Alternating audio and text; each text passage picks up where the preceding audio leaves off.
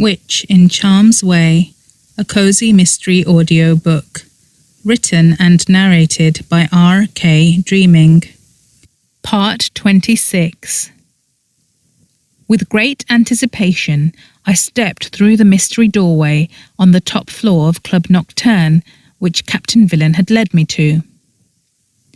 I found myself looking out over a rooftop where building work was being carried out. Half-built brick walls were everywhere. The ground underfoot was half-paved, piles of timber and bricks and pallets of materials were stacked up to one side. The fresh night air carried a hint of sea salt, and it made me feel better immediately. The nausea that I had been feeling subsided, but I felt a bit dizzy, a bit reckless, a bit strange. More than a bit strange, in fact. I staggered out into the night, ignoring Jasper's cry of "Be careful!" behind me. I was excited. This was the construction site that Oberon had been talking about. It was dark out here, but lit up with enough safety lights to be able to see. Ahead of me was what was clearly a swimming pool still in the middle of construction. The area was huge. It looked like they were in the middle of building a rooftop bar out here, and it looked like it was going to be a lot of fun when it was done. I could imagine it in my mind, tiny lights strung up everywhere, the pool filled with water, the edge of it looking like it was blending in with the sea of the bay. People laughing and floating in hot tubs that joined onto the pool. This place was going to be hugely popular when it was ready. Letting out a whoop of excitement, I staggered over to the edge of the pool. Jasper ran after me and grabbed me by the arm. "Are you feeling all right?" he asked me in concern. "Brilliant," I said. "This is amazing. I can't wait until they finish it. We should come. Promise me, this is going to be so much fun." I threw back my head and laughed and laughed. Allegra was looking at me worriedly, but when she reached for me, I brushed her hand away. "Don't fuss, I'm fine. Gosh, I've never felt this alive before." I giggled. I threw my arms into the air like wings, with which I was going to soar, and kind of just floated forwards.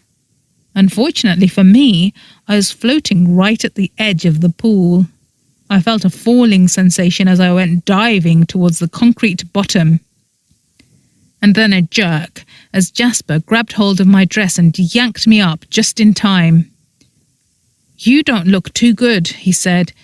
"We should get you home." "No way," I said. "I want to make the most of this. This is amazing. And anyway, I bet the security people and the club staff come up here to have a smoke, a sneaky cigarette. We need to find them and ask them..." My voice trailed off. I had lost my train of thought. I couldn't remember what I was going to say. My eyes caught on a big black metal drum beside the pool. I went over to it. Charred bits of wood were inside it, the sooty remnants of a fire. "Hey, this must be that fire they built that night," I said. "Remember, they told us they built a fire?" A whiff of something in the air caught my nose. Not just the soot. I inhaled deeply. The air carried an iron tang that made my mouth water. It was disgusting and exhilarating. "Blood," I said. "What?" said Allegra. "Can you smell it?" I said. "Blood! I can smell it. It's everywhere." My mind was racing. I was saying things that I had no intention of saying. I didn't feel in control of myself. "Blood," I insisted. "I can't smell it," said Allegra. "Jasper can," I said, looking at him to back me up. He shook his head. "Come on, you. I think you've had enough fun for one night. You've only had 2 drinks," he said. "2 crazy, crazy drinks," I sang. The gaping hole of the empty swimming pool was right there in front of me. I had a mad urge to dive into it, as if it was full of water, even though I could see that it wasn't. I caught that scent again and tried to jerk my head away from it. "Blood," I said. I knew I sounded intoxicated. "I can smell it everywhere. In the cafe, in here. It's dancing in the air. It's dancing here." I started giggling madly. A tiny voice in my mind was telling me to shut up. I was saying stuff that I did not want to say. It was true that I had been smelling blood in the castle, and now even here, but smelling blood everywhere was not a normal thing. It was creepy. I saw Jasper and Allegra take a concerned look at each other. But I was finding it hard to care. Maybe it was something in my drink, or maybe it was just the sheer excitement of the night. I couldn't seem to care. It felt good. I had kept myself apart from the night for far too long. I liked it out here. I felt like I belonged here. I caught a glimpse of Captain Villain. He was now sitting at the bottom of the empty swimming pool. He'd had no problem getting down in there, being a cat and all. The sight of him just sitting there all alone seemed incredibly funny to me for some reason. I pointed at him and threw back my head and laughed and laughed. "Oh, Captain Villain," I said. "You want to come for a swim with us too? You can party with us when it's all done. Woo!" He threw me what I was certain was a filthy look. "What is wrong with you?" he said. "Nothing," I said. "Absolutely nothing. I feel fabulous, darling." "Who are you talking to?" said Allegra, beginning to sound a little annoyed. "Captain Villain," I said. "Isn't he marvellous? Can you hear him?" "No, I can't," said Allegra, looking at me disapprovingly. "Are you coming down here to take a look or not?" said Captain Villain, sounding very annoyed. I plopped myself down onto the side of the pool. If Captain Villain wanted me to look at something, then I was going to look. "How did you come here anyway?" I said to him. "Because she brought me here," he said irritably. "Who?" I asked, not caring that Jasper and Allegra were looking at each other with concern about me. "Lily," said Captain Villain. "Ooh, Lily!" I exclaimed. "Is she here?" "Of course not," he said. "She is a restless spirit. She is wherever she wants to be." "But you said that she brought you here," I said. "She did. Earlier today," he said. "I've been looking for you all evening." "Well, excuse me. I've been out and about," I said. "I do have a life, you know." "Well, then it's your fault that you missed her," he said. "Darn shame," I said. "If she were here, she could have told you what happened that night." "No, she couldn't," he said. "She hardly knows anything at all. She's not fully there. She drifts about. I was lucky to have been able to follow her here."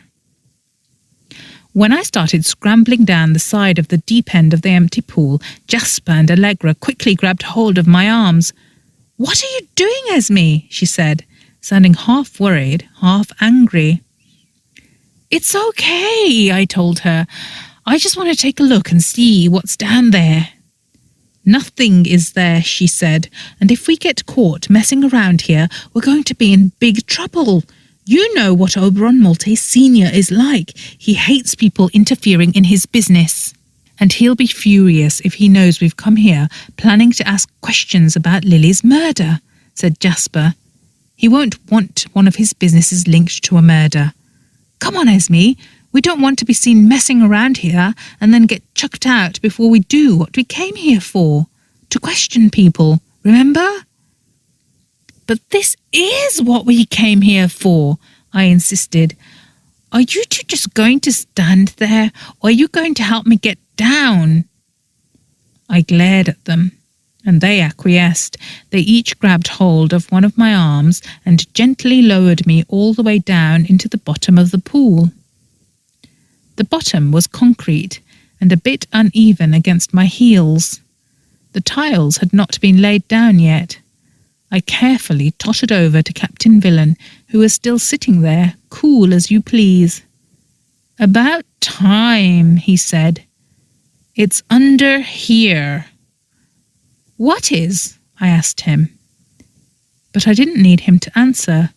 I could smell it. Blood. It was very strong here. Well, actually, probably not that strong, but my nose was sensitive towards it these days. I had been imagining the smell of blood since Lily died, but right now I was sure that I was smelling it for real. "Ew," I said, wrinkling my nose. Not much of the light was getting down into this deep end of the pool, and I couldn't see where the smell was coming from. I crouched down and sniffed, and then I knew. "Hey!" I yelled at Jasper and Allegra, suddenly feeling more sober. I waved my arms at them, indicating for them to come down. "It's over here!" I called. They looked at each other ominously, as if I was being silly. "Are you both coming or not?" I said. "Quick, before someone comes and finds us here." Jasper shrugged. He jumped down to the bottom of the deep end without even bothering to lower himself down gently. He looked very athletic as he did it, and I appreciated the view. He reached back up to help Allegra, who was gingerly lowering herself down. They both came over to me and looked down to where I was crouching. Allegra lit up the tip of her wand. She couldn't see anything. "What?" she said, looking disappointed. She could only see the concrete. I pointed to the exact spot where Captain Villain was sitting.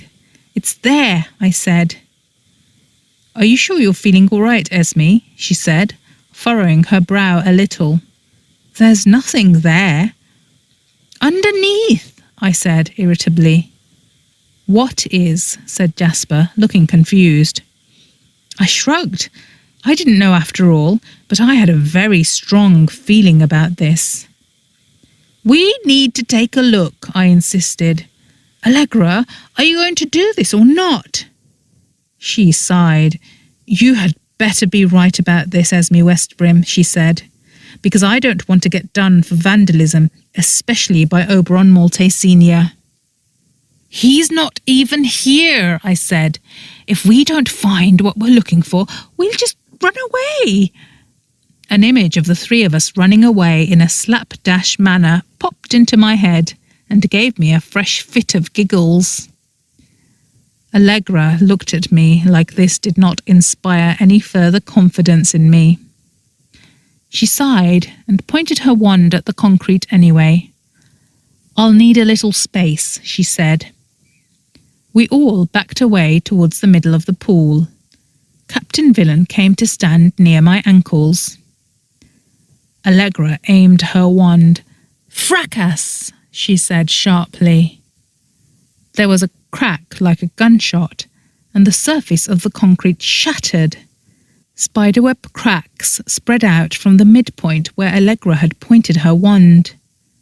I ran across and started excitedly picking the bits of concrete away. It came off in layers and chunks. And then I gave a scream and fell over backwards. "What is it?" said Allegra in panic, grabbing me. But I didn't even have to answer, because now she could see. There was somebody underneath the concrete. I had just exposed his face. "Hi, you've reached the end. Comment to the code words, 'It was Mary Poppins,' to confuse everyone who hasn't reached this part of the story yet. Thanks for playing along."